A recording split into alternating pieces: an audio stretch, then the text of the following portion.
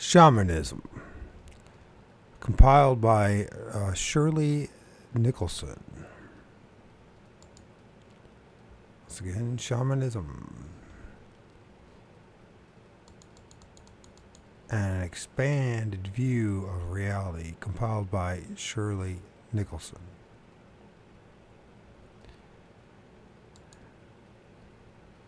Let's see what it says here.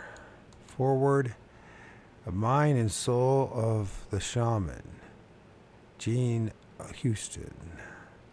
Acknowledgement, but then it says contributing authors. It's a list of them. Then chapter 1 is shamans, alternate reality. And then this is here part 1. Or is that part 1, the chapter 1? Maybe that's what it is. Chapter 1, ancient wisdom of the shamanic cultures. And Michael Harner and Gary Dorr. Then it's 2. See, chapter 2 of part 1. Shamanism Cosmology. Mercia Iliad. Chapter 3 is the presence of spirits in magic and madness, Richard Null. Chapter 4 is crazy wisdom, the shaman as mediator of realities, Mary Schmidt. There it is. Chapter 5 is shamanism, and archaic or recent belief system. Then it is Mahale Hopal. Then chapter 2, or section 2, excuse me, shamanic states of consciousness. Chapter 6 would be the shaman, master healer in the imaginary realm, by Jenny Achterberg. That's how you pronounce the name. Achterberg. Chapter 7 is Dreams and Shamanism. Stanley Krippner. Chapter 8 is Shamanism, ESP, and the Paranormal. D. Scott Rogo. Chapter 9, Rolling Thunder at Work, Jim Swan. Then section 3 is Shamanic Traditions. Chapter 10 would be the Tamang Shamanism of Nepal, Larry G. Peters. Chapter 11 is Shamanism in the Jewish Tradition, Rabbi Yonah San Gershom. Chapter 12, The Way of the Adventurer, Serge King. Chapter 13, The Native American Prayer Pipe, John Redtail Freesoul. Section 4, Shamanism and the Perennial Philosophy. Chapter 14, Shamanism, Mind and No Self, Joanne Halifax. Chapter 15, The Dream Time, Mysticism and Liberation, Shamanism in Australia, Fen E. Nadis Vira Nayak Thero. One of those people with a long name. Chapter 16, Transformation Process in Shamanism, Alchemy and Yoga, Ralph Metzner. Chapter 18, no, it's chapter 17, Shamanism and Theosophy, Robert L. Wood. In section 4, Shamanism in a Changing World. Shamanism Within, David Feinstein. And that has nothing to do with it. That's allegedly the UFO. Somebody's I guess the first written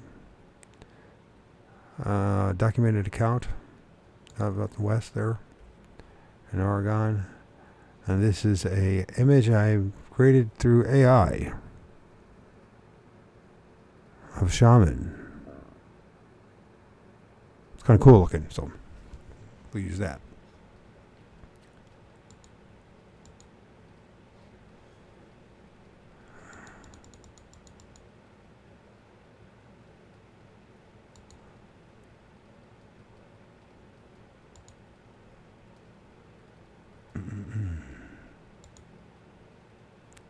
See if we can expand this.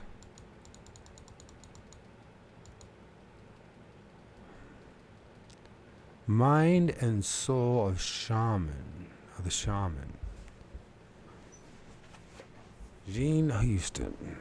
Why is there so great a renewal and interest in one of the oldest forms of the religious life, the practice of shamanism? Now, mind you, I should probably just let you know, or something I forgot to share with you, is when was this published?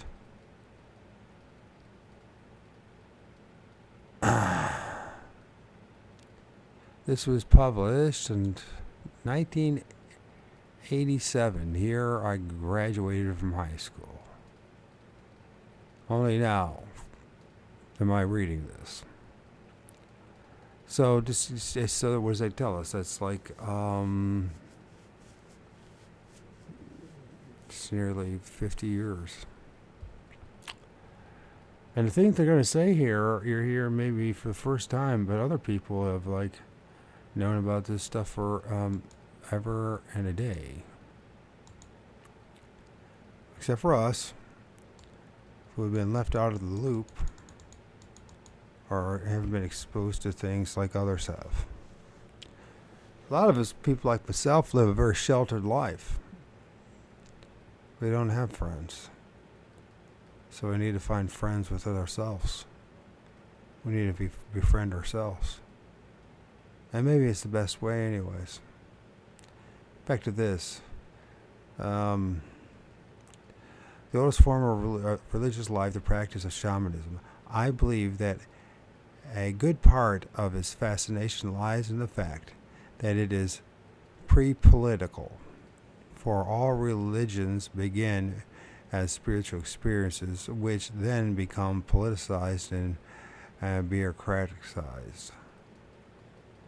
Shamanism, in both its most ancient and most modern forms, recalls the democratization of the spiritual experience, in which hierarchies are reserved for levels of experience rather than for priests and bishops. Each level and dimension of reality is available to the one who will make the effort to learn and practice the ways and means of spiritual journey. Thus, in shamanic practice, one can have one's spiritual experience and revelation direct and unmediated by structures ordained by priest or doctrine. This appeals immensely to those who seek autonomy in the spiritual journey.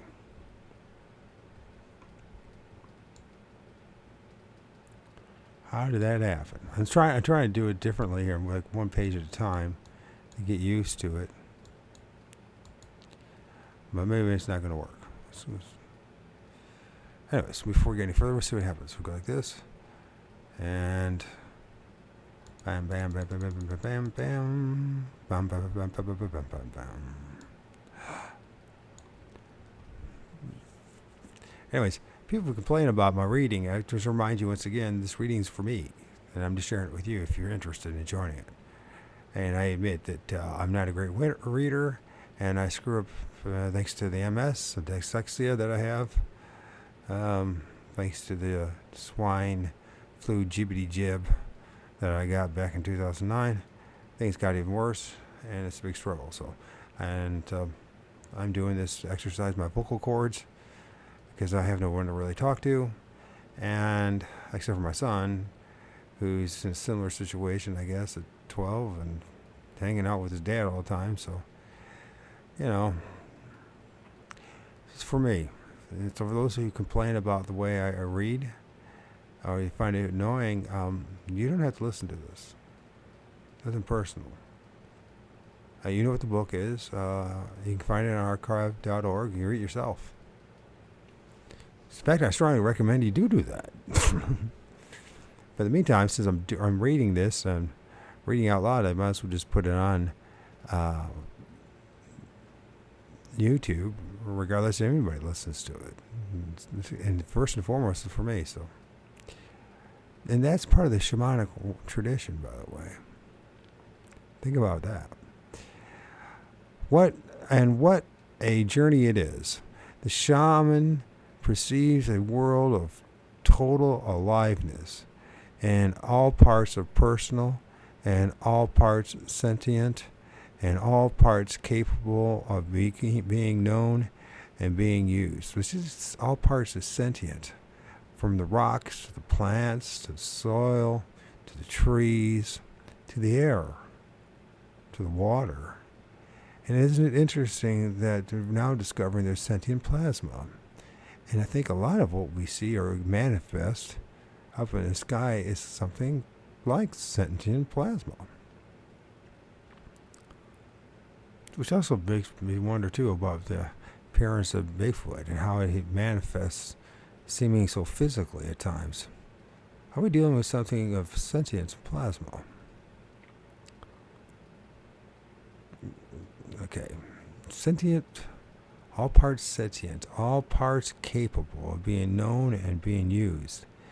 The pan-animism yields to the practicing of shaman its powers and principalities, and these in turn can be used for healing, for renewal, for bringing into the profane world the transformational power of sacred time and space. Additionally, the shaman's ability for self-orchestration on the continuum of state of consciousness enables him or her to serve as a bridge between ordinary reality and transpersonal realms. So different, however, in the shaman's practice of altered states of consciousness, whether induced by drumming, chanting, fasting, temperature regulation, sensory deprivation, or mind-altering substances, that some anthropologists, such as Michael Harner, refer to these states as shamanic states of consciousness, SSC, to distinguish them from the tamer altered states of consciousness, ASC. For indeed, the way of the shaman calls for initial steps for radical disintegration and dissociation, as well as procedures for consciously entering into chaos.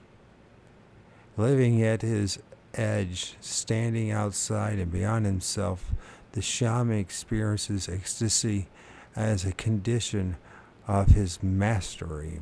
Although the ordeals and the voyages into shadow worlds bring with it a harrowing of souls that few but shamans could endure. In the shamanic journey, psyche and cosmos gain access to each other, the shaman becoming the channel for creatures and spirits for the animates of nature and the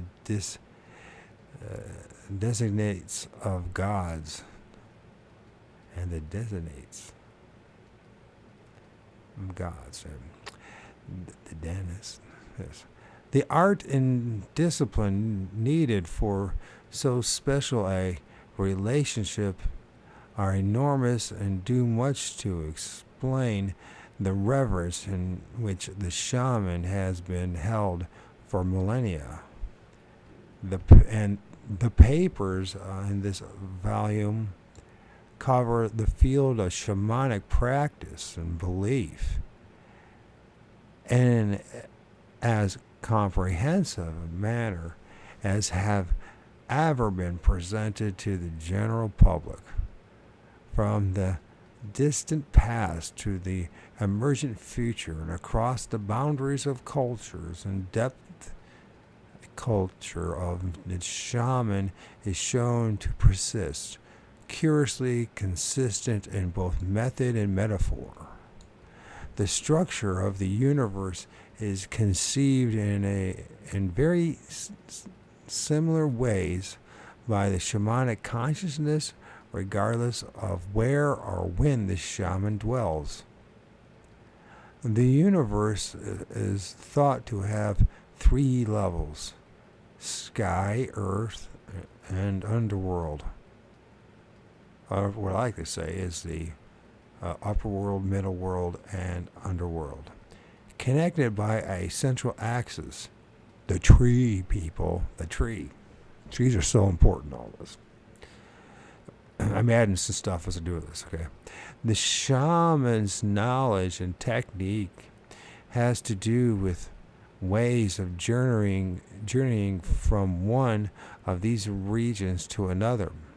His knowledge is especially resourceful when it comes to understanding the mystery of the breakthrough in plane, that is, passing through an opening or hole in reality, often designated as tent poles or pillars, through which the gods descend to the earth and the dead to the subterranean regions, and the soul of the shaman in ecstasy can fly up or down in the course of his journeys to heaven or hell.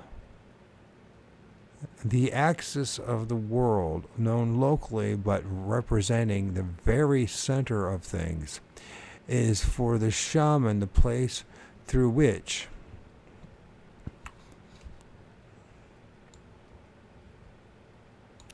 sacred space and time become manifest. This is always the prerogative of shamans in archaic cultures. It is only they, in the word of Mircea Eliade, who knew how to make an ascent through the central opening. Only they transform the cosmo-theological concept into a concrete mystical experience. In other words, for the community, the central pillar of the house or the upper opening of the tent is a symbolic statement of the availability of local space and time for the entrance of sacred space and time. It is a site that permits one to send prayers and offerings to the holy ones. For the shaman, however, it is a mystical itinerary and the beginning place for the great journey. Another aspect of relative consistency found in shamanic cultures is the remembrance of what can only be called world myth. Many so-called advanced cultures also remember fragments of this myth in both story and scripture.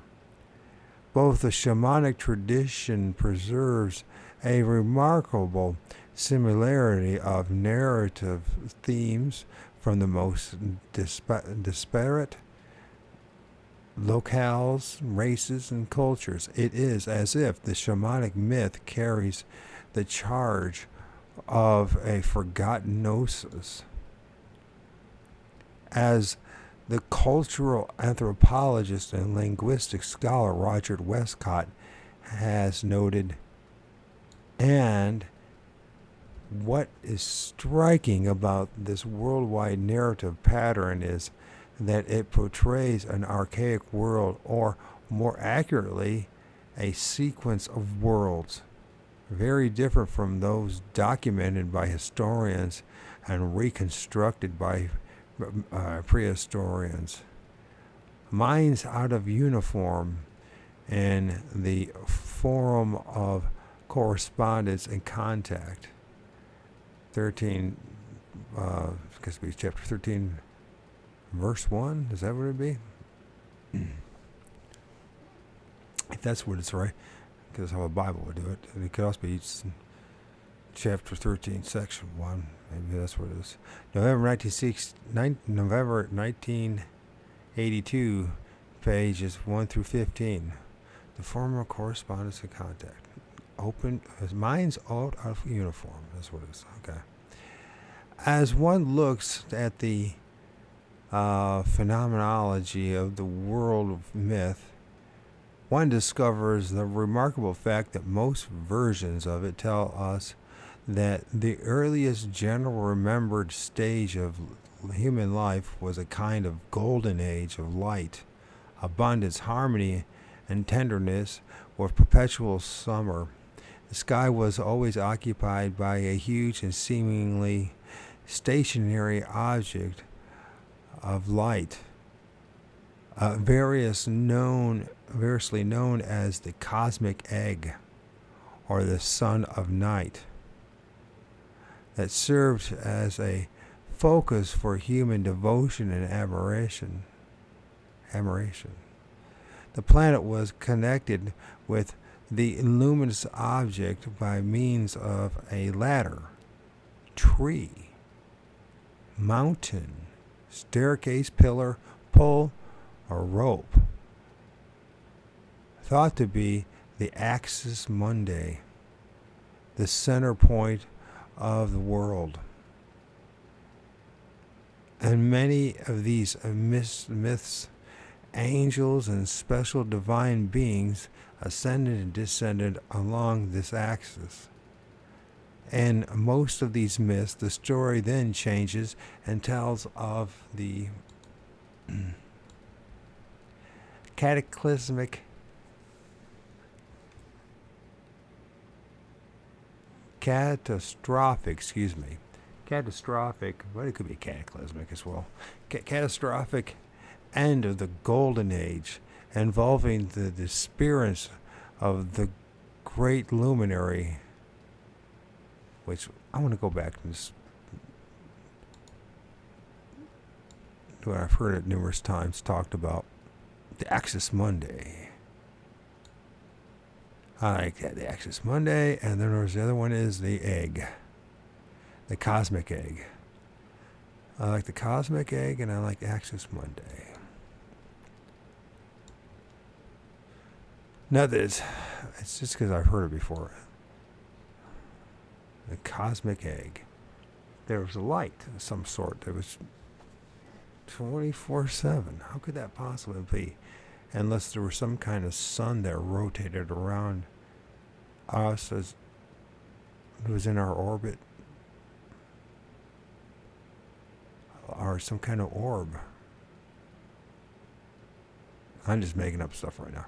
Okay, so anyways, this involving the disappearance of this great luminary, a worldwide flood or fire, violent earth tremors, boiling seas, deafening sounds, and prolonged darkness, followed by a series of protracted periods of quiescent,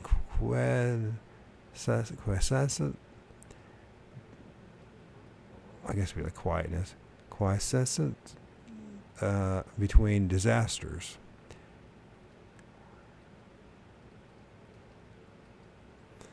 constituting a succession of world ages, each one harsher and less congeal, to harmonious living than its predecessor.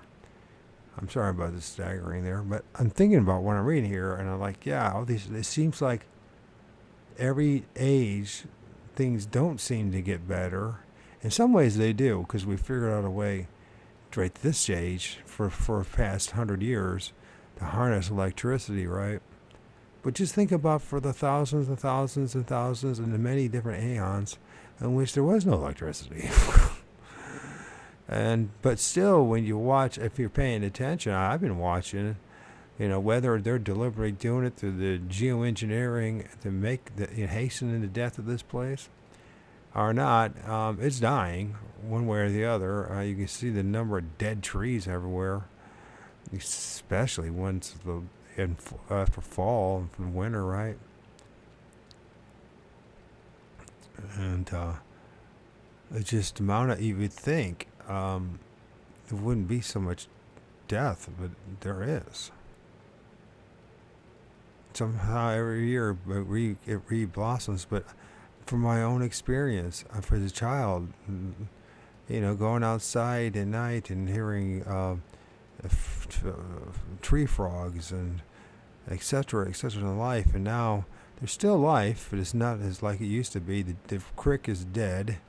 But it's still life in it. It's just not as dynamic it used to be. There used to be different types of species of fish. Now there's just some minnows, giant minnows called carp, that don't belong there in the first place, and crayfish, some mallard ducks. Nothing like it used to be. All the woods, the wooded lots and everything all have been developed, and they call it being developed, which I call it being destroyed. Right? It's far from being developed. It's evolution is devolution is what it is. And we are the creatures who have been genetically modified to do the mission, to hasten the destruction of this place. And it seems to be the case. Now you hear all this good, wonderful stuff, and a lot of stuff I totally agree with, as far as trying to be harmonious with the Mother Earth, Gaia. But it's very difficult. Most of us don't even have a clue how to do that. And those that do want to charge you an arm and a leg to know how to do it. And then once you learn how to do it, you still have to realize you're not free in this place. Good luck at you doing everything that you want to do, and freedom, right? True freedom, because you're not allowed to have it here. Which then it argues the point about how much free will do we actually have. If you can't truly own your own property, and you're not, and this place is not conducive to farming all year round, and husbandry, and etc. Sure, you can live pretty rustic if you want. It gets old real fast. We'll all run back to the computer screen or the television. Our books. Why do we do that? We know we're supposed to be connected here, but we're not designed to be connected here. We're here to destroy this place. I know that's harsh saying, but you know what? You have to think about how you're designed. And get honest about it. I mean, I'm not happy about it, and it sounds like a defeatist type of attitude, but all you have to do is to open up your eyes. Now, that doesn't mean you don't have to, you can't, I mean, I say fight it. I fight who we're, with the big middle finger up in the air to whoever genetically modified us, and say, no, we don't want to be part of the destruction of this place. It'd be wonderful if we could do that collectively, right? It would cause a lot of havoc and chaos for sure, and pain, but but it would only be a blip, and that's the truth. Because the next generations will come along and get right back in line with conforming to the demiurge's designs. The great egregore that desires to nothing more than destroy this place and us along with it. Everything. That's why it's happening. Because the powers that be, the gods that be, they desire it for whatever reason. Terraforming, some people would say, making this place conducive for them to come back again? Nah, I don't know about that. I don't know. I don't know why there's such hatred of this place. What was about this place? The age when there was giant trees. And there was a giant tree. Why hate this place? Why hate this a place that was so diverse with life? And to create a creature such as us, to destroy it. I'm honestly saying this, and I'm honestly bringing this up because I honestly think that there's an issue behind it. We were designed as such. And I believe the shaman knew that as well. And the shamans know that. You know what they do? They make a choice, a side of which side, the only choice that there is. A side of darkness and death, or light and life. And that's it.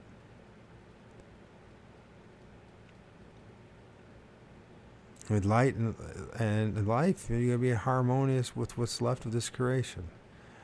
Darkness and death, you're going to be part of the problem. You're going to be part of the big machinery to keep on grinding away. And believe me, your religion is part of that problem. Your political system is part of that problem. Your belief systems are part of that problem. I should say ours. That's just yours. Anyways, back to this. In recent years, the aspect of this myth have apparently found growing scientific corroboration and catastrophe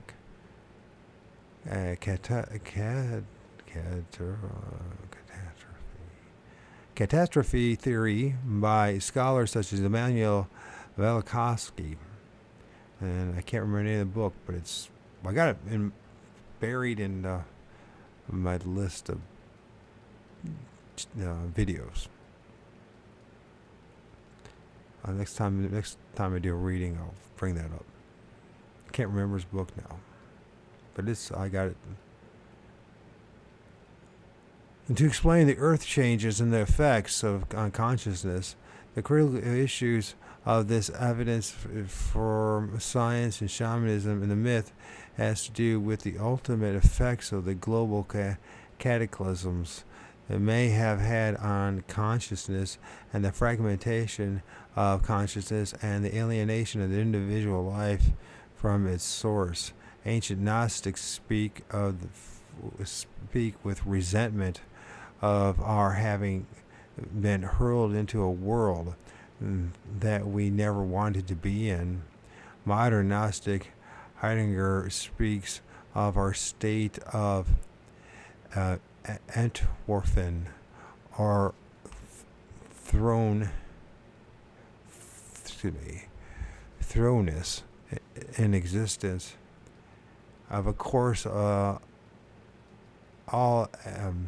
existentialists speak of the resentful consciousness and conscious alienation as being a primary condition of our humanity. Yeah, they really did a number on this place and on us, didn't they? Who we originally were and how obviously our distant ancestors were in harmony with this place and what they did to us. Maybe our ancestors, after the great cataclysmic events of the past, made a deal with these things, the archons, and in order to have a chance to feel somewhat other than just monsters?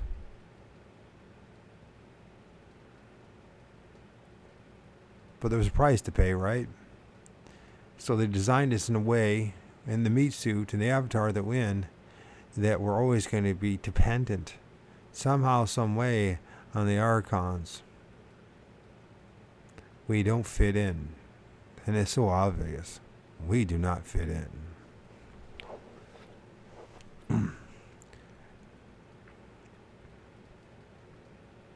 You look at the young shaman here and his broad shoulders and et cetera, and the handsome young man. And, the women be attracted to him. And what it's all about, reproduction, right?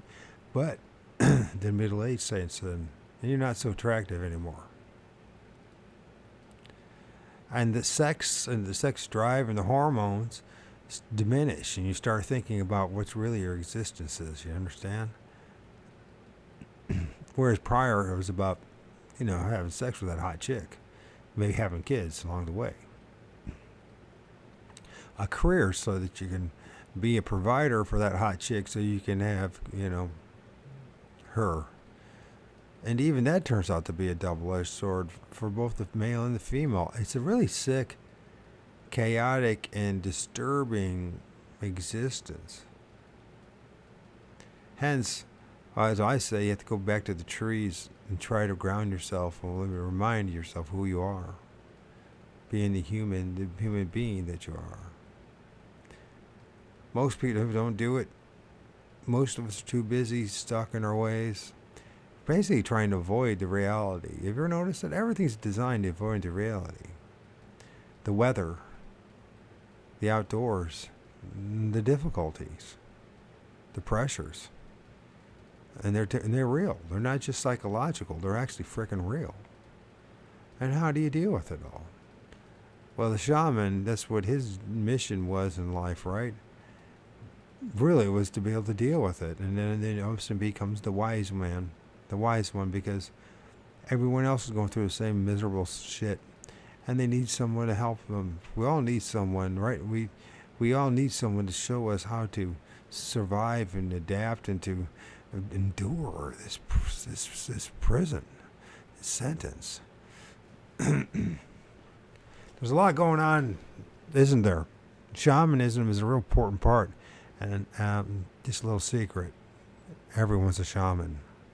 You just have to realize that. Cataclysms would presumably fracture collective consciousness in such a way that individual minds would, at least under norm circumstances, no longer have access to others' thoughts. Yeah. I think, before all this crap we went through, especially the past 20,000 years in particular, maybe a lot longer than that, who knows. But we know we have some idea in the past 12, 15,000 years, with some kind of certainty.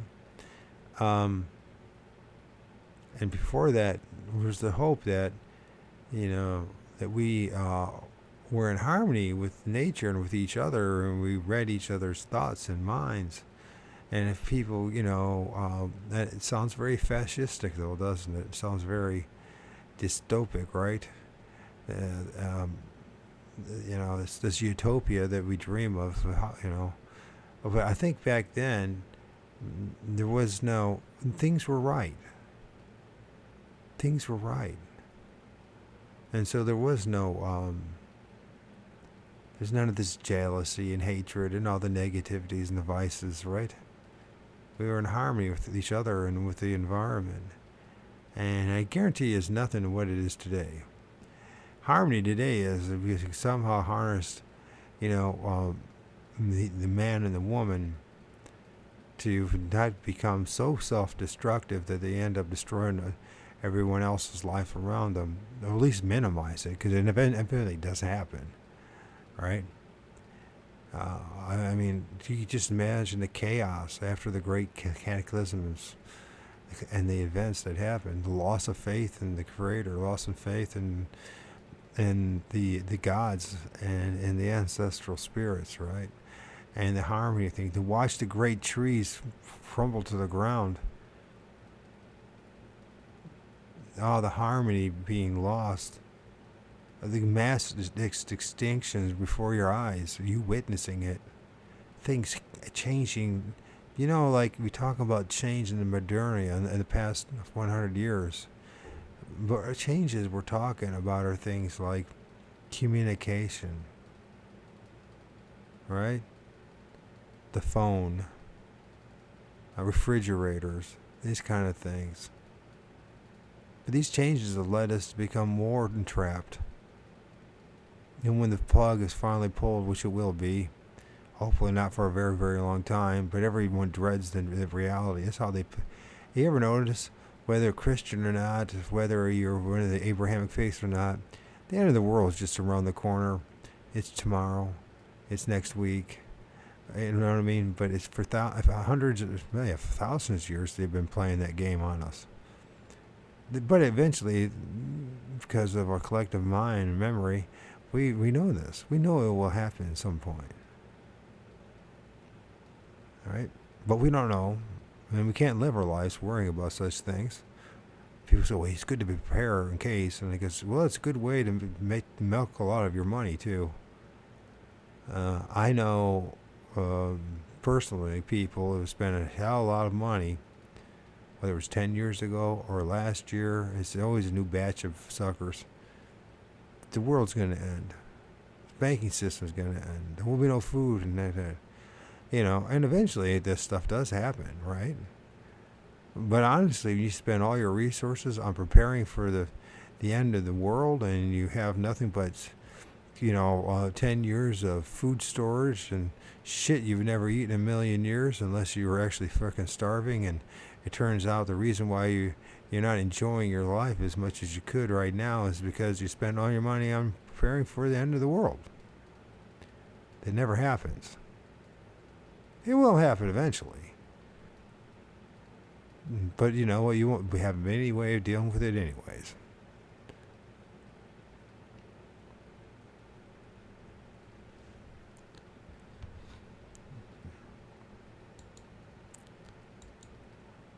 What I mean by that is you're not going to stop it from happening, because it's going to keep on happening, whether you like it or not. This cyclical, cataclysmic events that just throw everything out of sync, and many of us believe that it's deliberate. We live in it's basically a reincarnation soul trap matrix. Now, the reincarnation part, hard to necessarily prove if you keep coming back here, but it seems to be the case from my experience. How do I prove it to you unless you have the shamanic rituals and traditions and visions and see things that I've seen? I don't know how you believe it. But people say, well, you want you something better than me? No. Fuck no.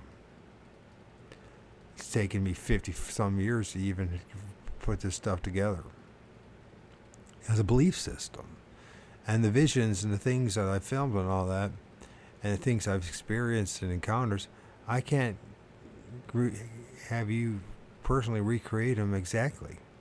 See, the scientific method and the controlled environment that we want so desperately to use doesn't apply with like 99% of the universe.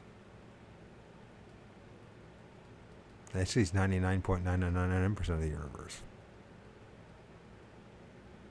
And that's scary, and people don't want to believe in that. And that's why the authorities and the egos, the big dudes, the dudes are like, they're usually like 6'2" or something like that, and obnoxiously arrogant to just tell you this is how it is, only for you to realize, and deep inside that this is full of shit, but at the time you can't keep up with his fast moving mouth. All right? And if you start bringing up questions, they get hostile and violent and angry. And who wants the confrontation? So you just nod your head and move along. Hopefully you'll find some isolated space to have your peace of mind. Hence the importance of the tree. I was talking with a guy today, Eddie. He's been on the show a couple times in life. This new round of meeting lives. About that same thing. the importance of how the tree, your sacred tree, oak or maple, whatever it may be, there's a tree that you go to for peace of mind and for clarity and for logical conversation. Because you discover that you can't have that for the group. There's always going to be a more powerful personality that's going to show up and try to lead the group and steer it in the direction that they want it to go. That's a bad thing. Shamanism has always been important, and one of the big things is the separation to, and the reason, and to legitimize it, and to, how do you say you're in this big mass of worms or people or whatever it may be, right? The village, the town, and everyone's in everyone's business, and everyone's has this belief system they collectively created, these constructs that they've created for them to control each other, and you know what I mean, to keep everyone in line, to keep the tribe or the village together. And you need to get away from the village, but you can't stay permanently because you can't be an island unto yourself all the time. And we know this, right? So then they take advantage of that. The need for, because you're a social creature, right? And so you need this, the communication with others. But the problem is, if there's no release valve, there's no place to get away from the group. It will destroy you. But without the group, you won't exist for very long. So it's this dance, the yin and yang, right? You going to your sacred tree and regrounding yourself with the place that you are, who you actually are, the meat suit that you're in, and realize the conversations that you're having with other people and the group are just that. Things, distractions to help you get through another 24 hours. But in the end of the day, they're just noise, distraction, and they don't lead you any closer to your truth.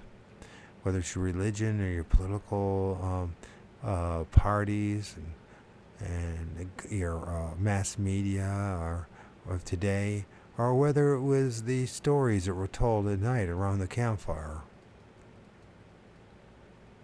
They're just ways to pass the time. And to help you not to remember the place that you're at and the circumstances you're at. But we're all in the same circumstances. So then you got the worst of us that prey on each other, like parasites, and they get the bigger boxes. And it's just a sickness. And when you ever been around like one of these business moguls or a millionaire or a billionaire? I have. Some are interesting for a short period of time, but when you really get around them, the chaos and the control, in order to maintain the illusion that they're under the control of all these other poor, pathetic creatures and souls, walking around in their fucked up meat suits, looking for what's the purpose of life and why we're here.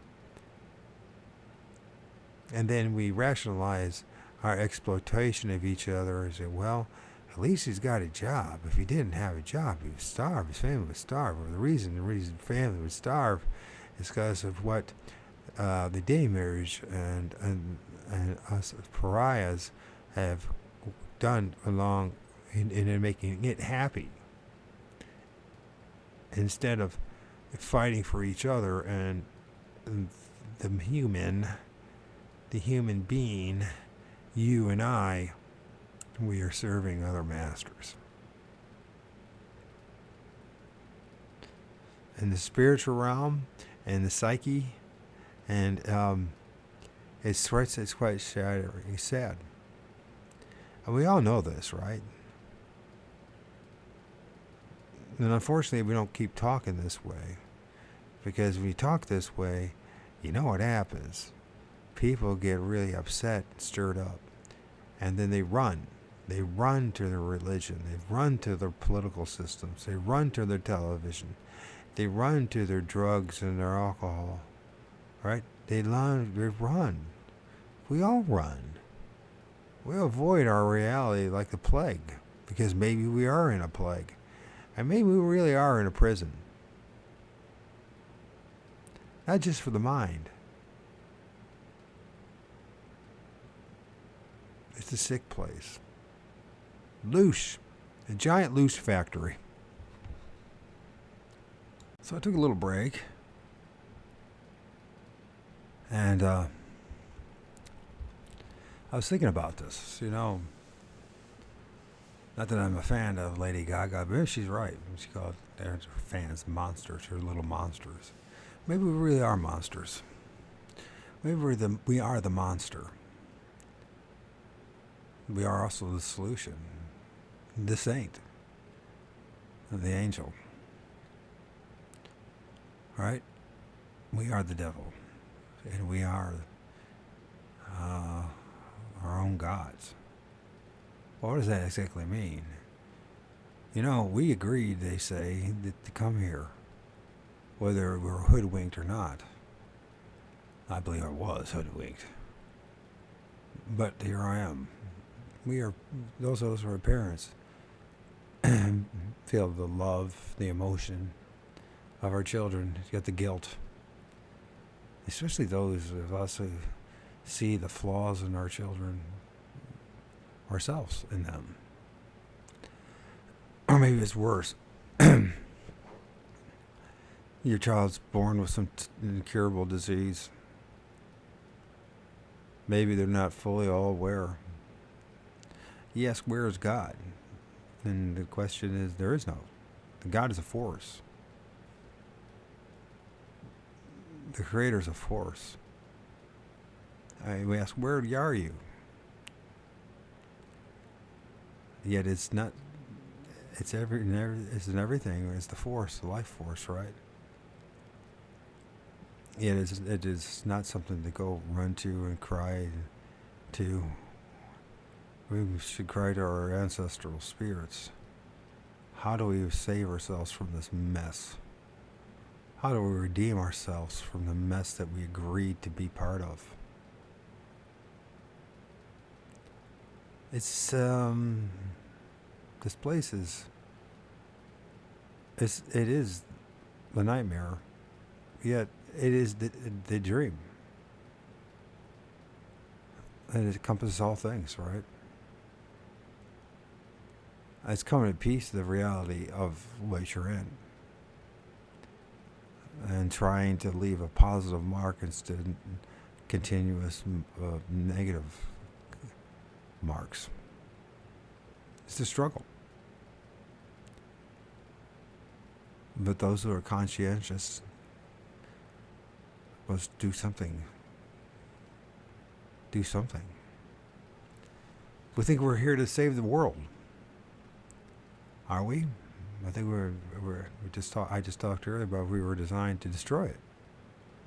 We're the instruments of the demons to destroy this place. Yet our conscience bothers us and says, we don't want this. I don't want this. I don't want to be part of this.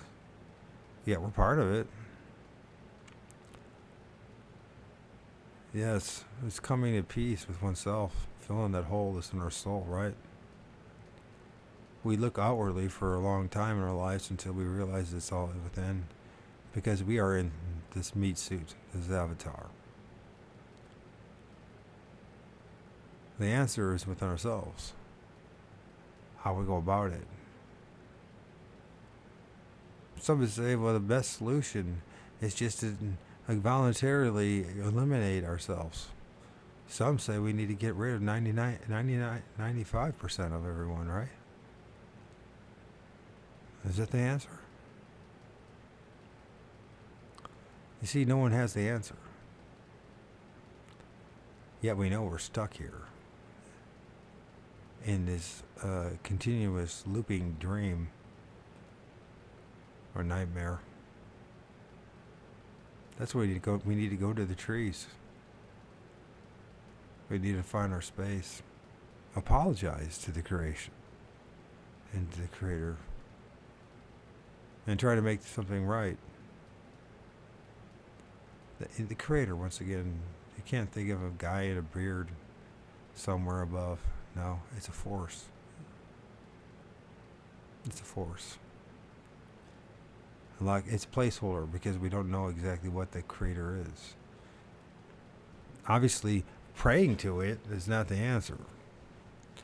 The answer is within you. You need to find within yourself to have peace in the fact that where you're at. Some would say the reason we came here is so we could have this tactile, physical experience, so we could feel certain things, including taking a dump and a piss and making love and excretion of fluids and eating of food and everything else. Maybe that was what tantalized us to agree to come here, right? They say when you're in the spiritual realm or the ethereal realm, the astral plane, you don't have those sensations or feelings. But do we know that? We don't know that fully. How did we end up here? That's always the big question, right? How the hell did we end up here? And what kind of place is this? That there's this cyclical thing where man starts to wake up and then just brought back into the Stone Ages and wake up and back and over again. It seems that I don't know if we'll ever have the full answer. So then the next thing is, since we can't have the full answer, is that we need to learn how to have peace with ourselves and with others. This is very difficult, especially when you're aware of all the nonsense that's coming out of other people's mouths. Maybe you see that with me. Maybe you hear that with what I'm saying. I don't have all the answers. That's the problem. The shaman doesn't either. Nor does the Pope. Or the United Nations. Or any of the other things out there. Even the demiurge doesn't have an answer. For the one that's in charge of this place is the most confused of all. Let's get back to this reading. Cataclysms would presumably fracture collective consciousness in such a way that individual minds would, at least under norm circumstances, no longer have access to others' thoughts. Also, it may have polarized differences and made them opposites, thus sharply accentuating emotional disparities between male and female, young and old, one community from another. Additionally, the most critically, it would be accentuated the divided self. Why they even this demiurge gave us meat soup for the brain with two hemispheres.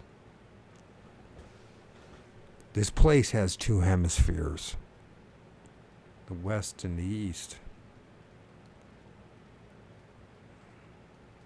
like a giant vortex of madness. We ask ourselves why we are so blind and so given to gating in the mind to the isms and ologies that force our thinking into narrow corridors, and somewhere we remember a mass trauma having to do with the splitting of our physical and spiritual perception. The ancients imputed mind to celestial bodies as well as the forces of nature. We disclaim this and call it superstition or animistic thinking, or if we are really being sophisticated, anthropomorphism. And perhaps what happened is that in the catastrophe, we became morbidly cut off and thus anthropocentric. losing our communion with nature, with the planet, with the gods, and with each other.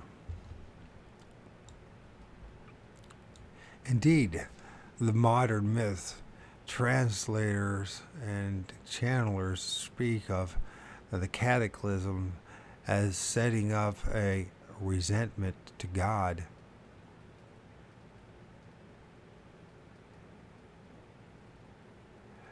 So that there was no consequence. So there was a consequence shift from God-centeredness to self-centeredness, from identity in God to identity in local form. The Imago Dei, in which we were made, became a less and less human image. In which we were made. Let me try this again. The Imago Dei, in which we were made, became a less and less human image. The more the identification from local form, the more the need for defend this form, and the more the identification with the cumbersome ego structures and experience.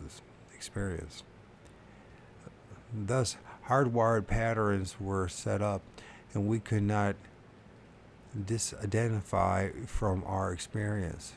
Much of modern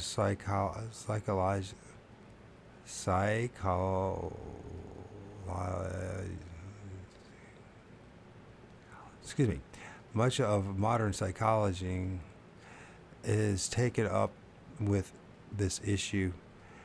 Too rigid identification with experience and imprisoned thought structures. Unfortunately, too much of this psychologizing. Gosh, my God. Too much of this psychologizing adjusts one to being happy in prison, or the creation of a more affable prison in which one at least learns to love the prisoner. Well, what also happened, of course, was the separation from the various levels of oneself, the loss of communication as an easy and natural and ordinary state of being. Deep communion became extraordinary and took extraordinary effort to discover.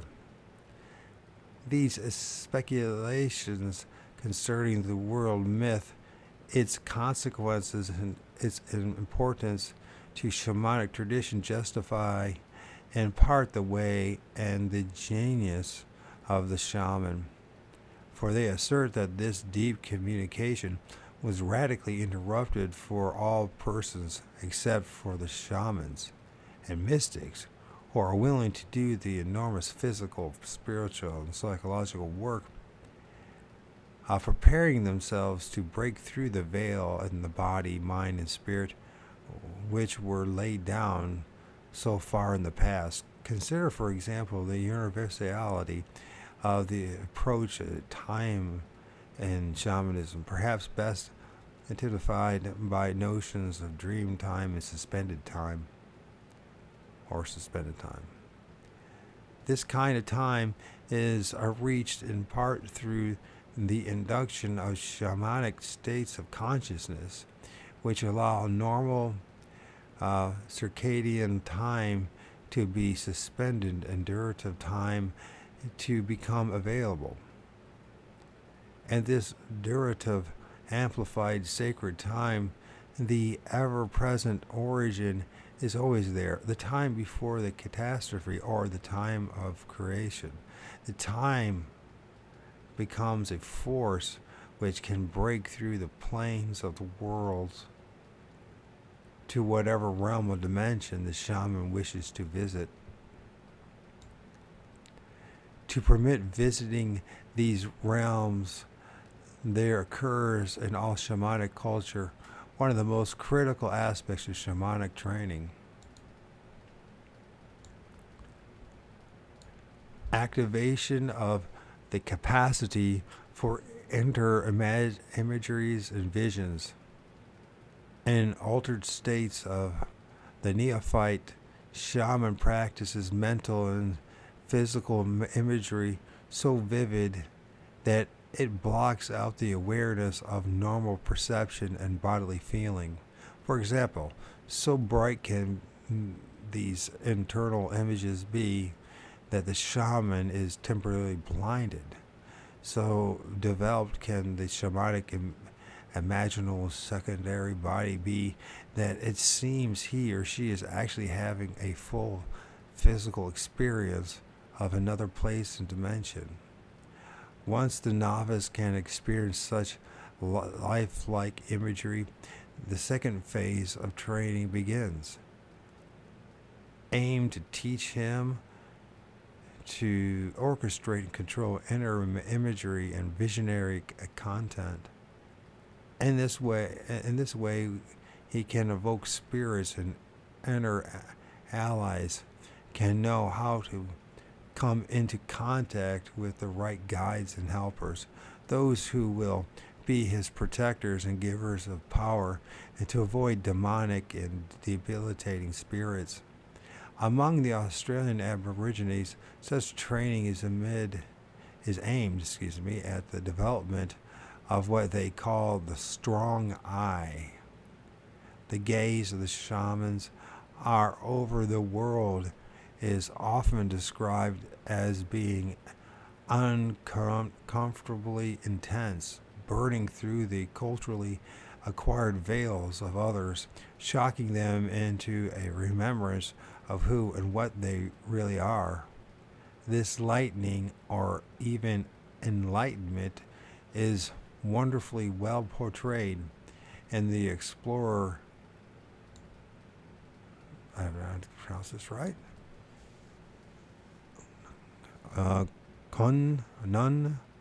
Nun Rammusen's account of shamanic initiation among the Inuit of the Hudson Bay. He is describing the novice acquiring the spiritual sight for the first time.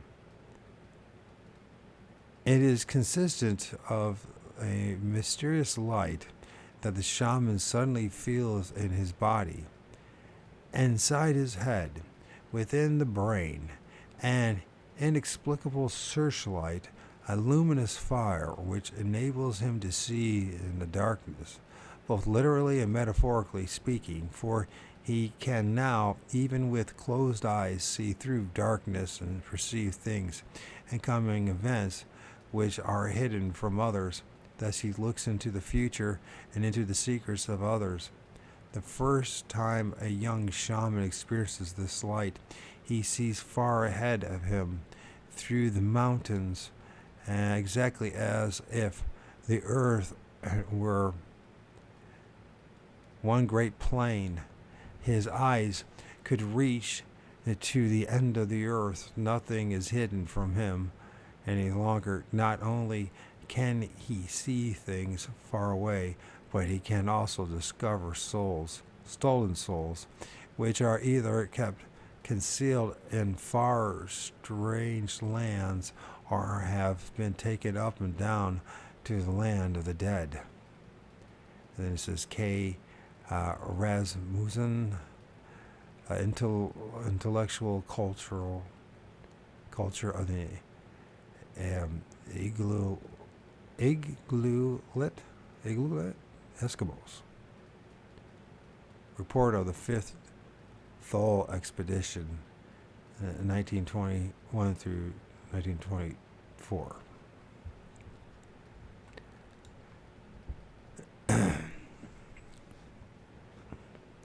The Inuits, they have such an influence. The number of people that turn to them for insight is amazing.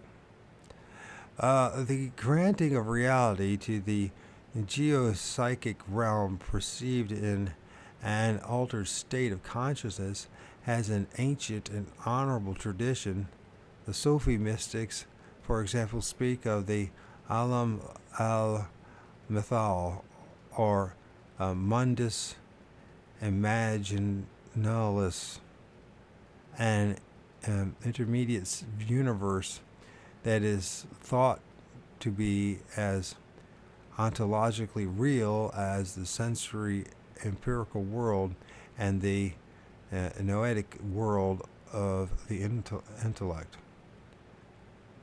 It exists in metageography that possesses extensions and dimensions as well as figure, color, and other features perceived by the senses. However, this world can be experienced only by those who, like the shamans, exercise their psycho-spiritual senses, and through this special form of imaginable knowing gain access to a visionary world that is not unlike the mundus archetypus of Carl Jung.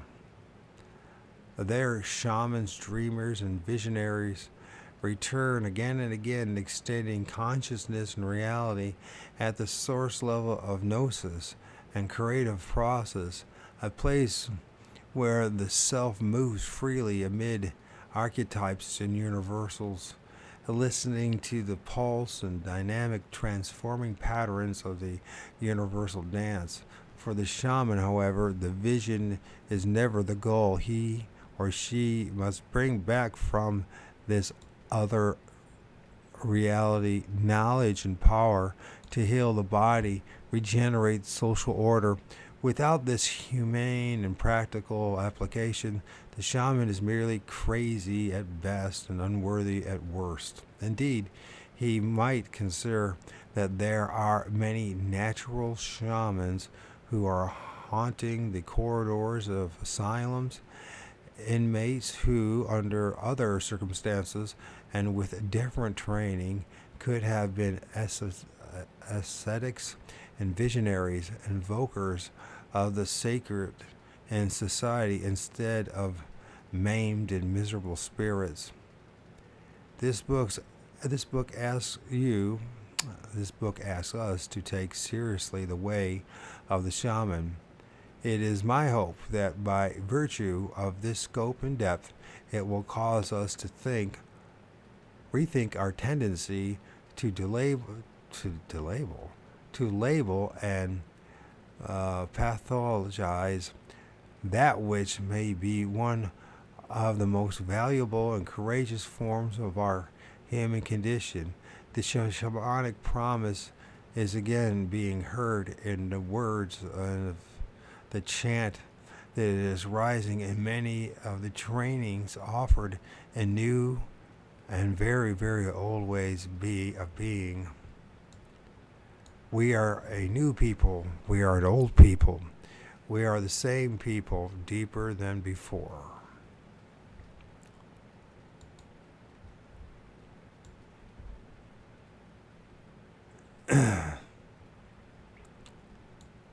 And I will probably, what I'll do,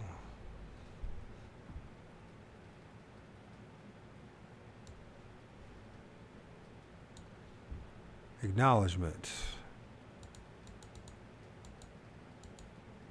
Just so you guys can see this stuff.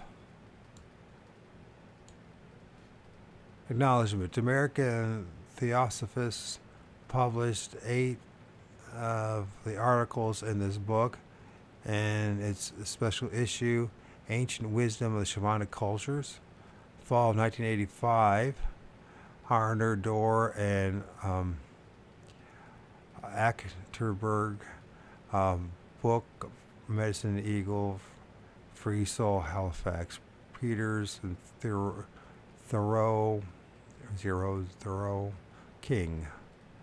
Publishers wish to thank Gary Dorr, former managing editor of the American Theosophists, for his help in acquiring and selecting additional articles in the early stages of the anthology. So this latter part of this reading will be just so that you hear and see the sources that you might want to go to. May not want to go to, but at least you are hearing it and you can see within this recording where to go. The shaman, master healer in the imaginary realm, and is from imaginary imagery and healing by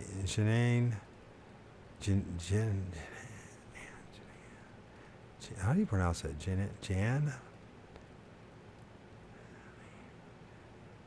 Jani Archterberg, 1985, reprinted by arrangement with Shambola, maybe that's how you pronounce it well. Publications, blah blah blah blah. The next book would be that she's referencing from is Shamanism and Cosmology, is from Mircea Eliade. Shamanism, archaic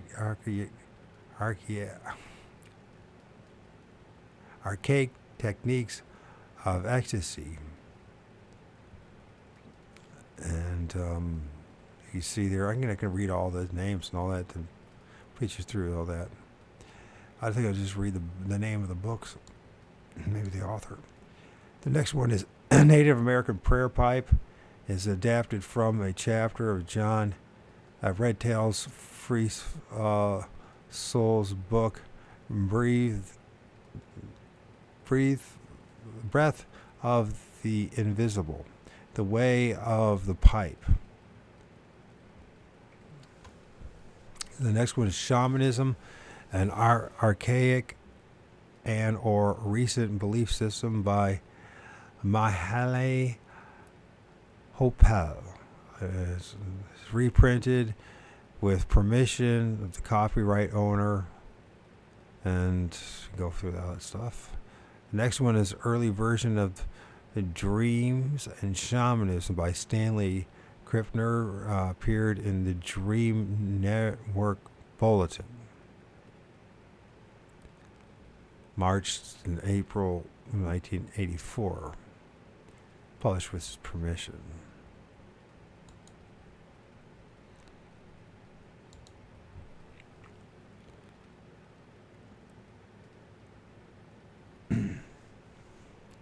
Sorry about this.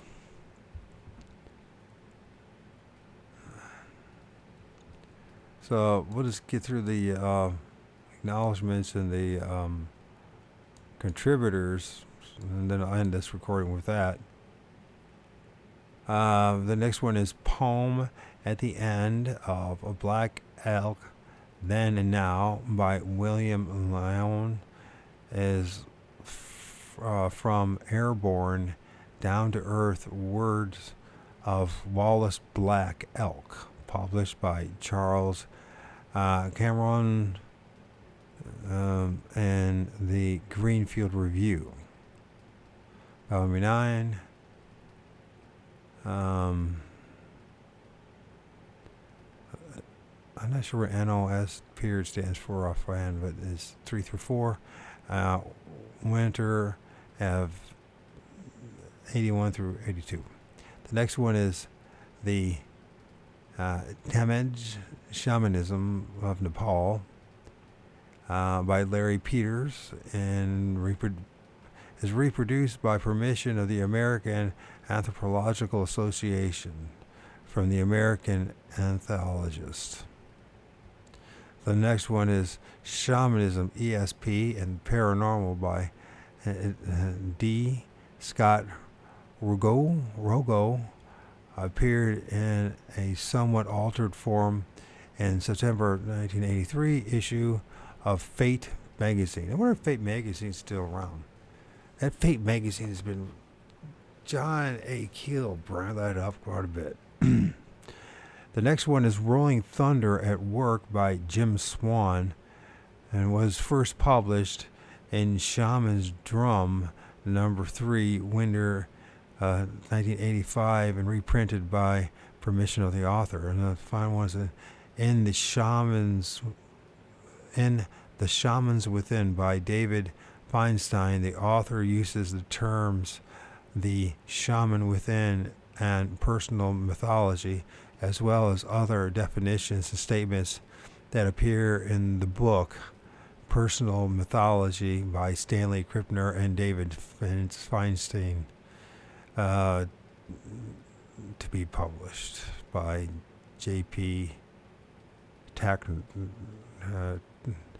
Archer, Inc.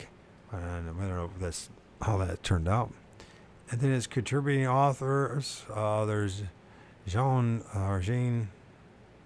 Genet. How do you pronounce that?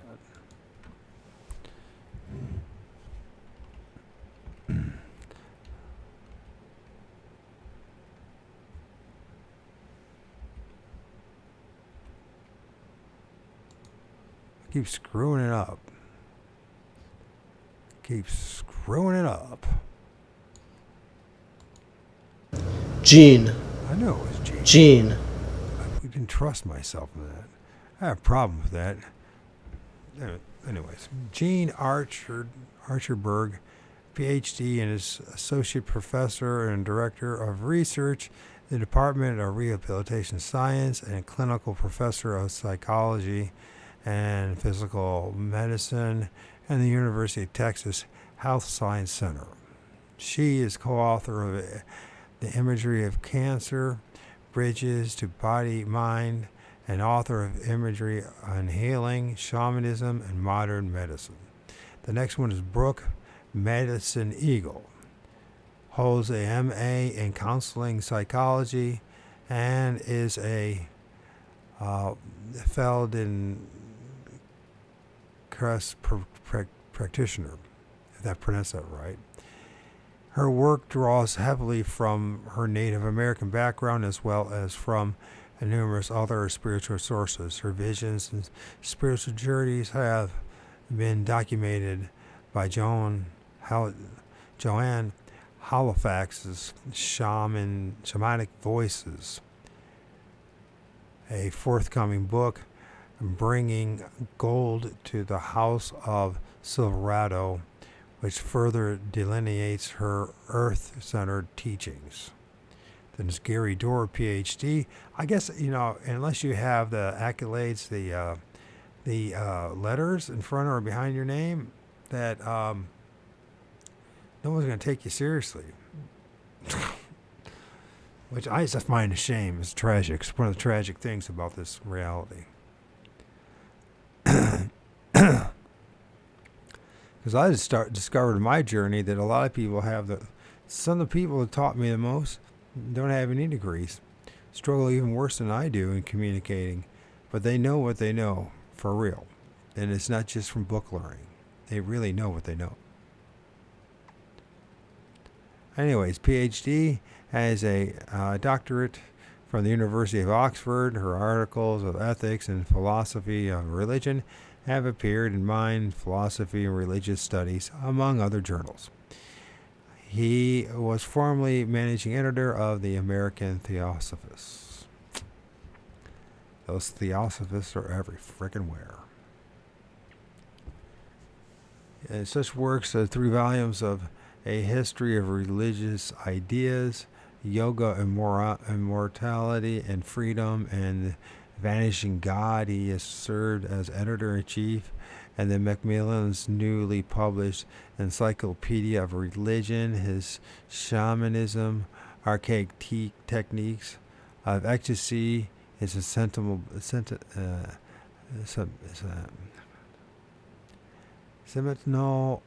book in which writing has historians of religion. Writing as a historian of religion, he synthesizes approaches of psychology, sociology, and ethnology.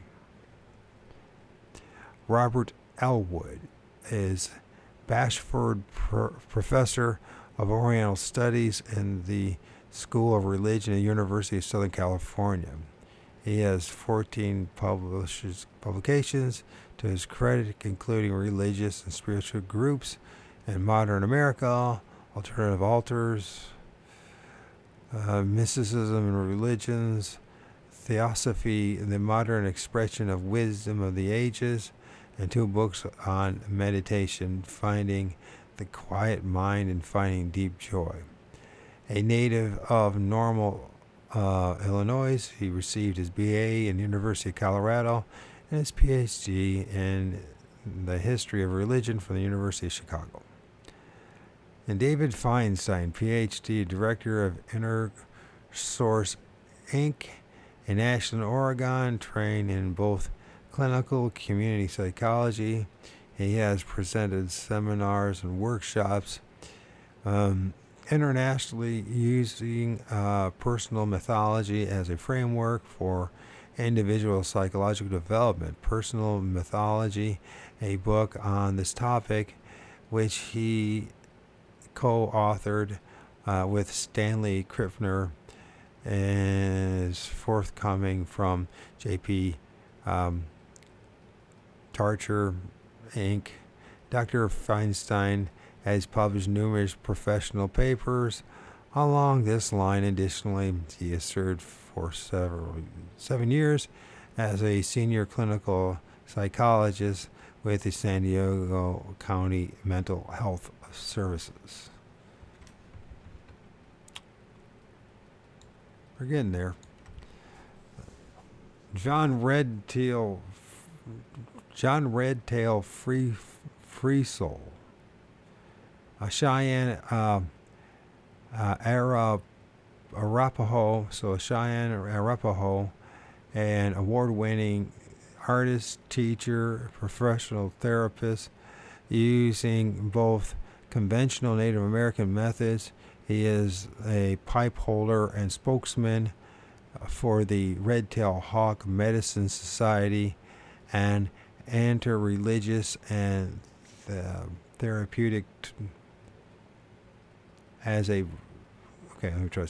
an intertribal society for the perpetuation of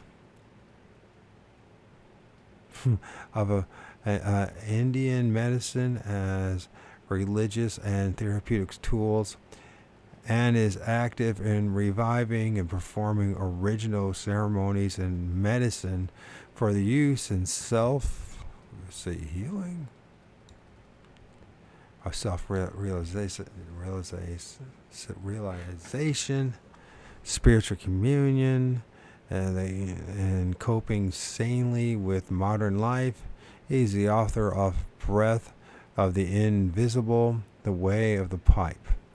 Then there's Rabbi Jonasson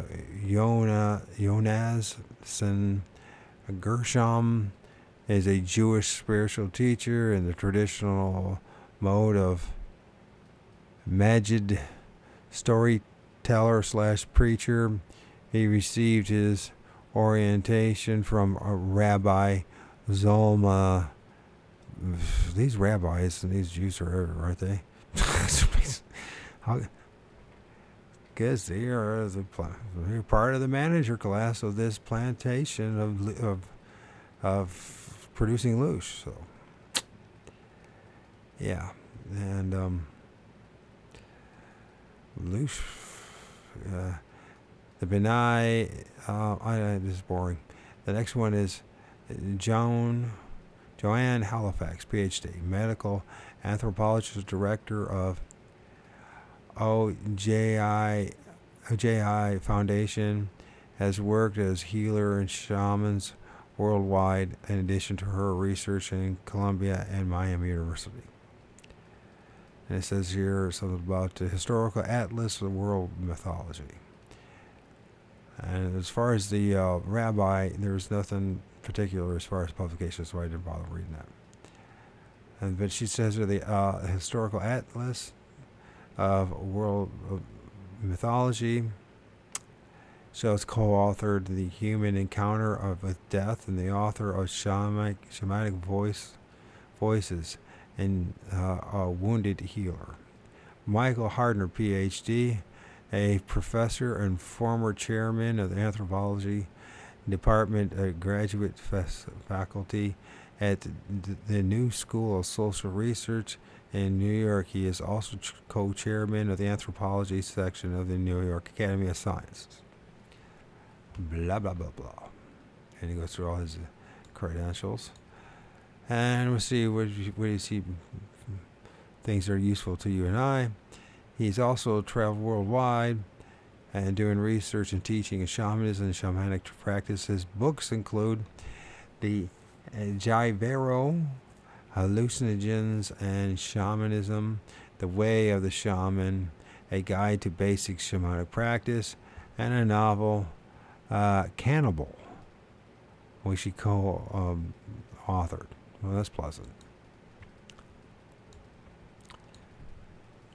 The next one is Mahale Hopel, PhD, a senior research associate and folklore research team of the Hungarian Academy of Science in Budapest.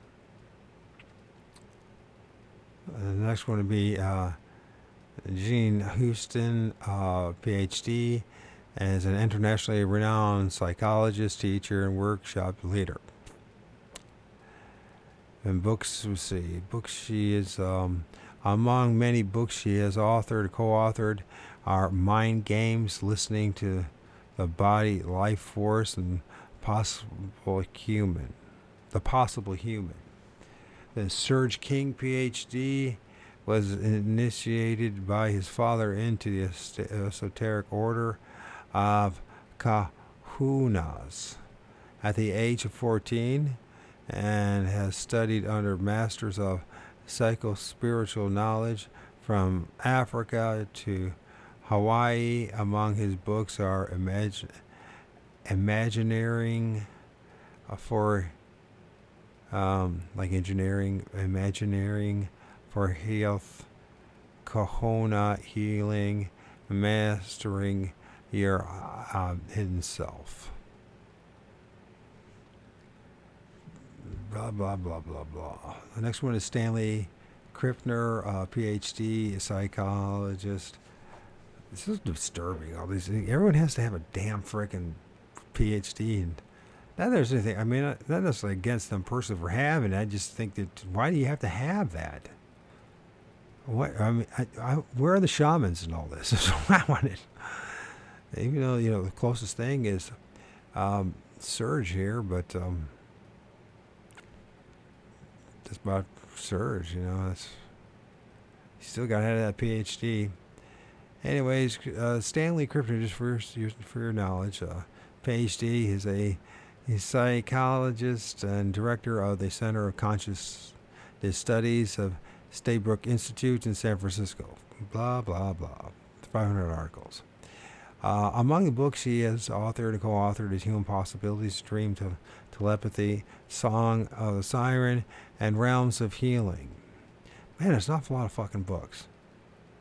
Do you think?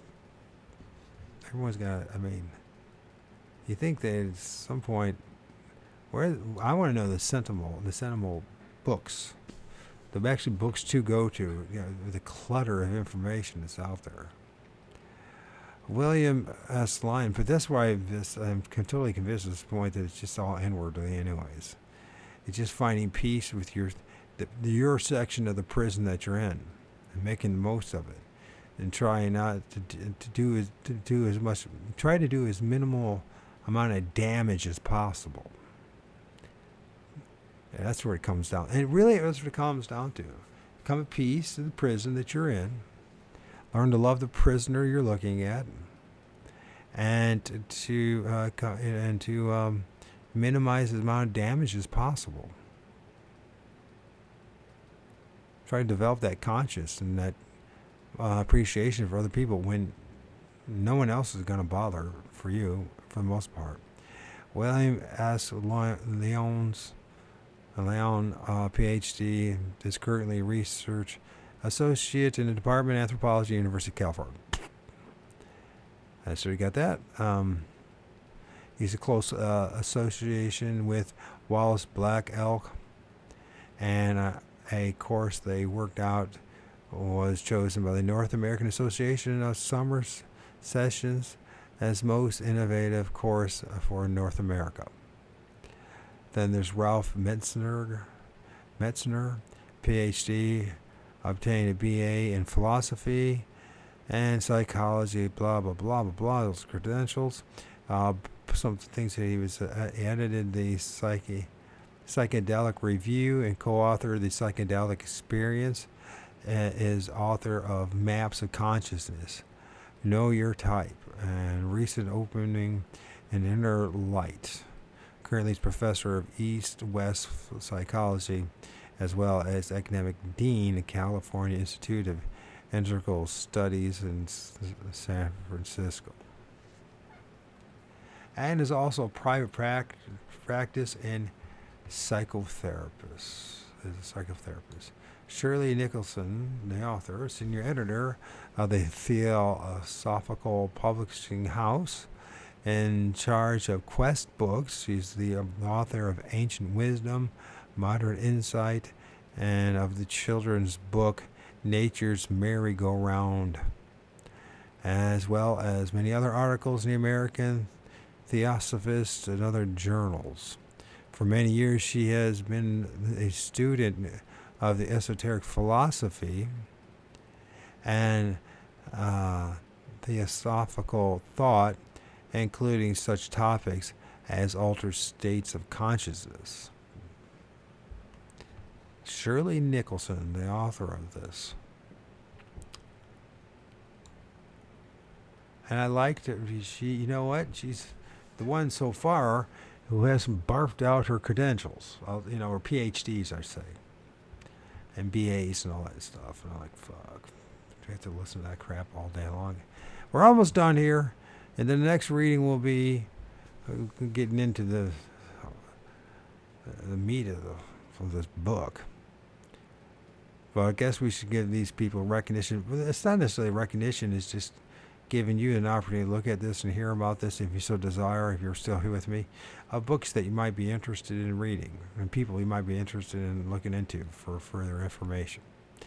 Richard Knoll, M.A., is a doctoral candidate in clinical psychology in the New School of Social Research in New York City, and serves as a psychologist at Ancora Psychiatric Hospital in Hammonton, New Jersey. On how it goes. Larry G. Peterson, Ph.D., conducted anthropological field research on the psychological and sociological aspect of shamanism in Nepal, summarized in his book Ecstasy and Healing in Nepal. That sounds like an interesting read. Dr. Scott Rogo currently serves as graduate facility of John F. Kennedy's University in California. He's author of over 25 books on the paranormal, and has research positions in the Psychological Research Foundation, formerly in Durham, North Carolina, and with the